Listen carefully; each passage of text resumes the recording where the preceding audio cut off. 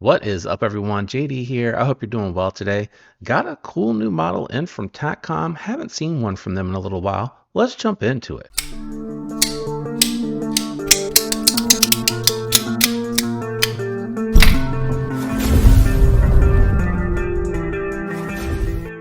All right, guys, we have a mini OTF. He's actually calling this one the Benji, and he said he is naming it after his little boy that brings him so much joy.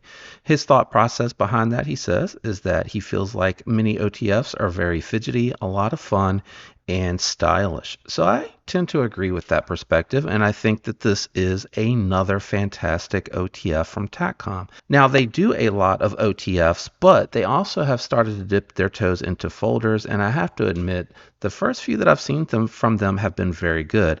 These feel more upscale, more premium, a little bit more tasteful. The OE, from my understanding for these, are best tech, so that you know they're going to be built very well. This one, though, is a very affordable option that's coming from them, coming in D2 steel with aluminum scales and a carbon fiber inlay. I was a little surprised to see the carbon fiber inlay at this price point, but it looks really good the way that he has designed this one. So I'm going to read through the specs and then we'll go through the knife. The total length on the Benji is going to be 5.82 inches, blade length coming in at 2.16 inches, handle length 3.66 inches, blade thickness 1.7 millimeter. You are looking at D2 steel with a stone washed finish, treated at a 58 to 59 HRCs, and the handle itself is going to be T6 6061 aluminum that has been anodized, and the weight is estimated to be at 1.6 ounces, and MSRP on these are going to be $59.95. I will have Tackcom knives linked in the description below. The only thing that I don't see on here is a release date. I did check the website and I didn't see that it was available just yet. All right, let's go ahead and talk about the knife. So again, he did mention the aluminum handle feels very lightweight. You do have a deep carry fold over pocket clip, not reversible in this instance, but it is easily to be operated left-handed, and you could carry this in your fifth pocket very easily. You do have a integrated, and I like this look, I've never seen this on an OTF before, lanyard spacer on the back. So it looks like it was cut out and then inserted in, and then it looks like it's part of the screw together construction. So it's a C-shaped going completely around, and then the screws that put the body together actually are holding that in place. Feels very well made, and it looks to be aluminum. The switch itself looks to be an aluminum switch. I do like that the underling is coated as well, and it is a very smooth operating OTF. Fires well. Very, very responsive. Has good feedback. You can really feel where it's going to fire. It's not quite at the end of the travel. It's right before you get to the end, and then it shoots out. And then same thing with the closing. The blade thickness on there, it's not a very thick blade, but again, with OTFs, even though this is a very good utility blade shape to it, not going to be a super slicer, meaning this will cut well getting into your packages, opening boxes, occasionally breaking a box down. Now it will be, because it does have a nice acute tip, it gets down to a pretty sharp tip, really good for detailed work and trace cutting. But as far as being slicey, you're going to want to put your own edge on this one. The edge that it came with was okay, about what I see on most OTFs. Some folks get it really good, other folks don't quite get the sliciness out of it. I did spend a little time stropping it up a little, and I was able to get it better, but not quite where I like the sharpness to be on there. So it will cut well, but it's not the sliciest blade I've ever seen. I don't know, though, if this is a prototype. I don't know if this is production, since there's nothing on the website, or if it's a prototype. So that could be part of what I was encountering. I do want to disclose that because I just don't know. With it, again, not being listed, and I don't see a release date here just yet, that could be what's going on with mine. But again, I did strop it up, and it did come with a nice edge. It is about a 3-finger grip. Again, a fifth pocket knife for me, something that I'm going to throw into the fifth pocket or into a small pouch, sort of like what I do with my Kaiser Nice Guys. So this is going to be something I think that'll go into this pouch nicely. The pocket clip I did check works really good. So something really small actually is going to have some space left over. So if you like a pouch or an organizer, a slip, that's going to work well. I was getting caught up on the tag there on the pouch that I was using. But I do think it'll work well as a fifth pocket, or if you just like them small, something discreet, this is going to work really well. How about some size comparisons? Let's go ahead and do that and try to get you guys an idea of what those measurements equate to. All right, I brought some of my smaller knives out for comparison. So I have the Devo Nip Light up top here, and I think that is very comparable as far as overall length. And then I have the Devo Knives Mini Growler, which is going to be a little bit bigger, but that's also a 4-finger knife, where I think these two on the top are more like a 3-finger knife. Got a couple more, and then we'll grab the scale and see if we can verify some weight on this one. All right, I know this is probably going to be a very interesting comparison because people that I think normally consider a traditional folder or a modern traditional pocket knife are probably not going to be considering a mini OTF, but I think it is a pretty good indicator, especially the Kentucky Holler Jack. I think that is very comparable.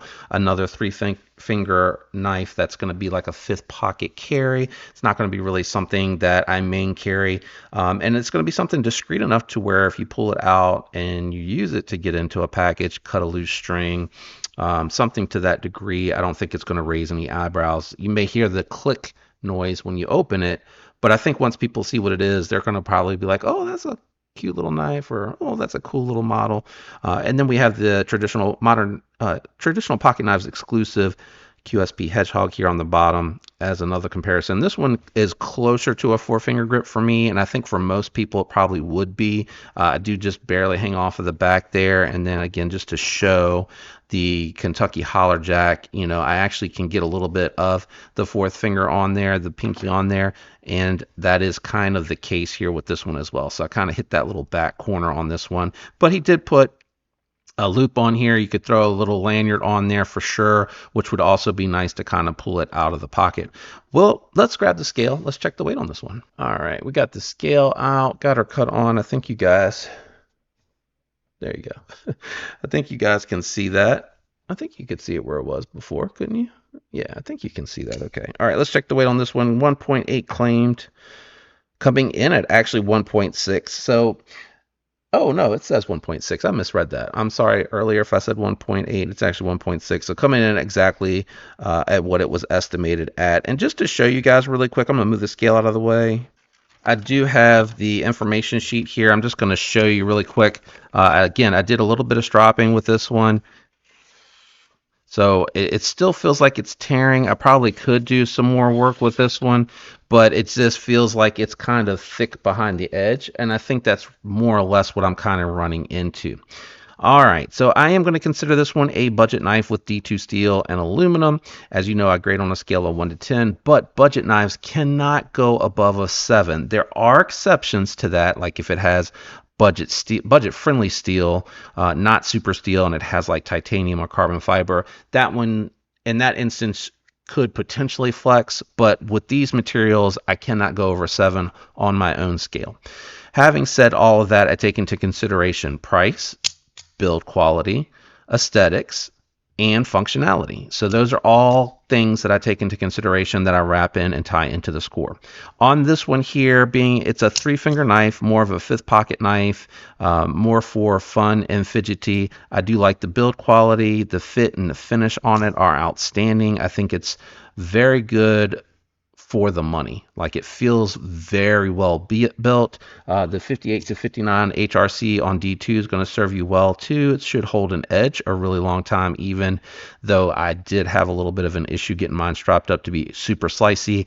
And honestly, I like D2 to be a little bit more toothy because over time it'll start to get slick and then it'll be a little bit more slicey. So the toothiness on here actually may be a good thing for that D2. Having said all that, I'm actually going to go 6.3 on this one. I really like the build quality. I really like the design.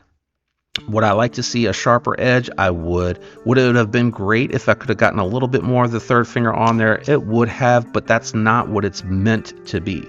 It's meant to be a fifth pocket, very small package opener, string cutter, and it's going to do all that really well, and it's going to be really lightweight without breaking the bank in that process. So I think that it hits on everything that it wants to be.